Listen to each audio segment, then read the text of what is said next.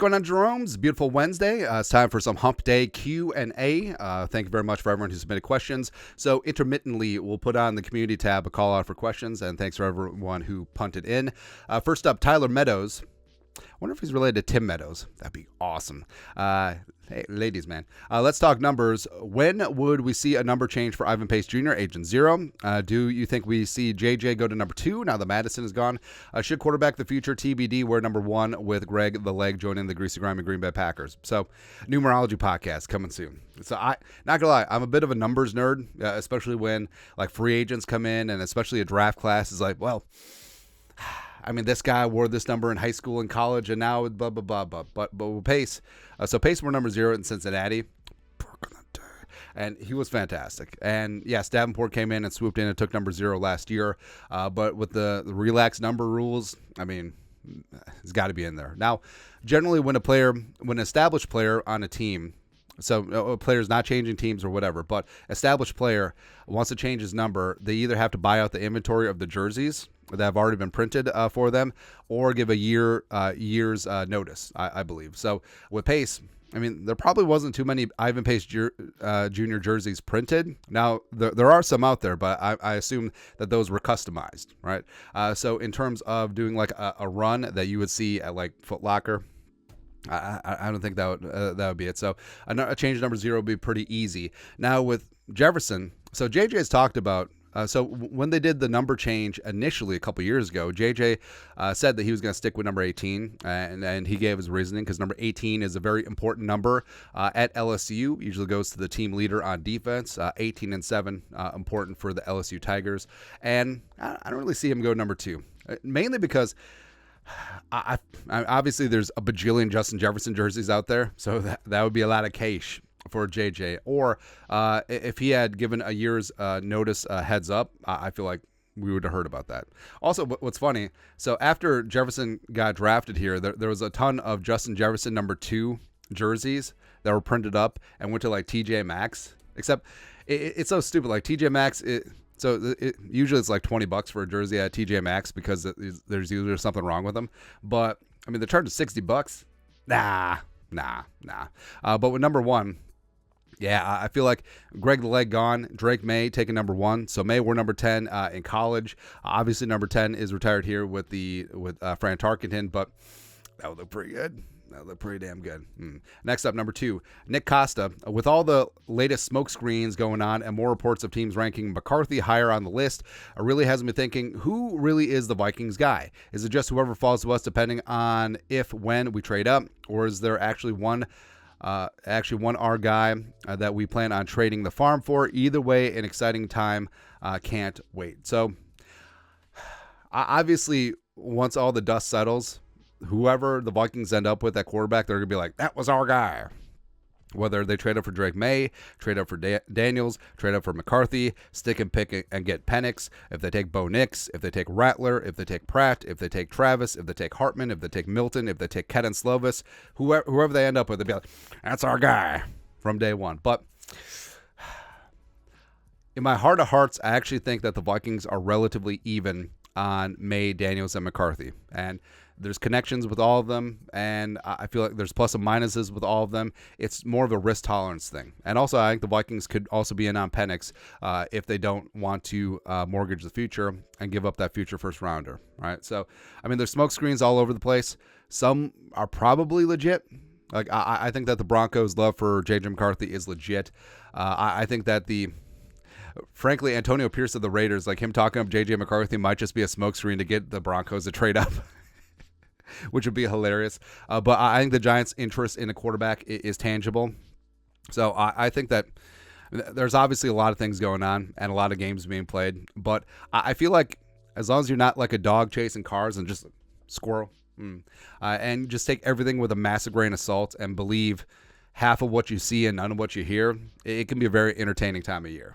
All right. Next, Trevor Lowe Fishing, our guy, the greatest fisherman in the world. Hey, you know in the Bible, when Jesus multiplies the fishes, baloney. He just said, Trevor, go fishing. That's what happens, man. In the most unlikely chance that the Bears pass on Caleb Williams at 1, who moves heaven and earth to trade with Washington to take him at 2, and what did they give up? if the Bears somehow, some way don't take Caleb at 1, Washington is taking him. I feel like, obviously, it's really stupid to say 100% certainty, but I don't think that Washington would move. So first off, I don't think that the Bears are going to pass on Caleb Williams. It seems like they're dialed in on him. They haven't really had any representation at any of the other quarterback pro days, and it seems like it's a fait accompli. Now, is it a non-zero chance to go in a different direction? Sure. I mean, Ryan Pace, I trust him as far as I can throw him, but I trust him to do the right thing as far as I can throw him. So, could it be a world where they take Drake May or Jaden Daniels 1? Sure. Or maybe even McCarthy. I mean, people forget McCarthy's an Illinois kid. I'm surprised there's not more clamoring. But actually, so if the Bears didn't have the number 1 pick and they still had just 9, I feel like there would be a groundswell of support for trading up for McCarthy, but that's beside the point. But let's say that they do. Like the 0.01% chance that the Bears go in a different direction.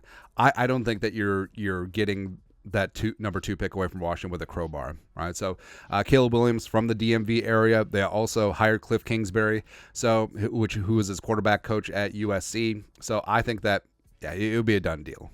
But it would take, basically it would take like the Broncos' stupid offer of 3 1s and Patrick Surtain minimum, maybe not even that. Next, Alexander Tourti. Nailed it. Since we have so much cap space for the next couple of years, does it really matter to give away our or protect our 2025-2026 draft capital to move up in the draft this year and get our franchise quarterback? We can always sign a bunch of free agents next year instead of drafting. Thanks a lot. Always putting great content. Hey, thank you. I mean, maybe this basically would be a play on what the Rams did. All right, so the Rams. This is the first year that the Rams have had the first round pick. Is that true? Let me look that up. Enhance. Draft. Because I'm pretty sure this is the first year that the Rams have had a first round pick since 2016 when they took Jared Goff at number 1. But let's just check things, make sure I'm not an idiot in this spot. So they didn't have a first rounder last year, not in 2022, not in 2021, not in 2020. Hey, their first pick was Cam Akers at 52 in 2020. Awesome. 2019, no. And yeah, it was Jared Goff. So they made a bunch of trades to move around and acquire players like Stafford, like Von Miller and stuff. And it truly was F them picks, right? And they won a Super Bowl. Thanks to Kevin O'Connell, by the way. But could the Vikings go that route? I mean, maybe, but a lot of that cap is earmarked for Justin Jefferson. It's earmarked for Christian Darrisaw. And yeah, I mean, the Vikings will be players in free agency, sure. But ideally, you would like to protect those. Well, I'm mainly concerned about 2025 because the Vikings are a young team and it does take a little bit of time to gel. So, and also you can't predict injuries as evidenced by last year. So what if the Vikings trade away their 2025 first round pick, which if they get into the top 4 or 5, probably are going to have to give up. I mean, it could be a really unforced error, and that pick suddenly becomes valuable. I don't think it'll happen.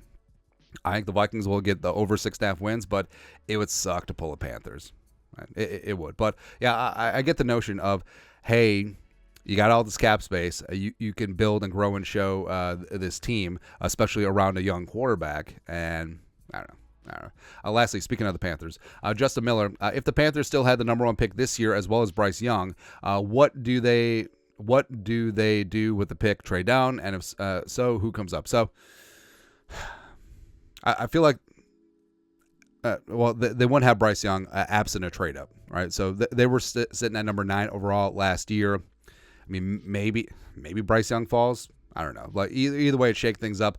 But hell, even if they did have Bryce Young, and Bryce Young put the year in that he did, I still think that the Panthers would go after Caleb Williams. Even though, yes, it seems like Bryce Young was an owner pick, and all the dissenters are gone, and it is a new GM, it is a new head coach, it is new everything. But I feel like Williams would just have too much gravitational pull.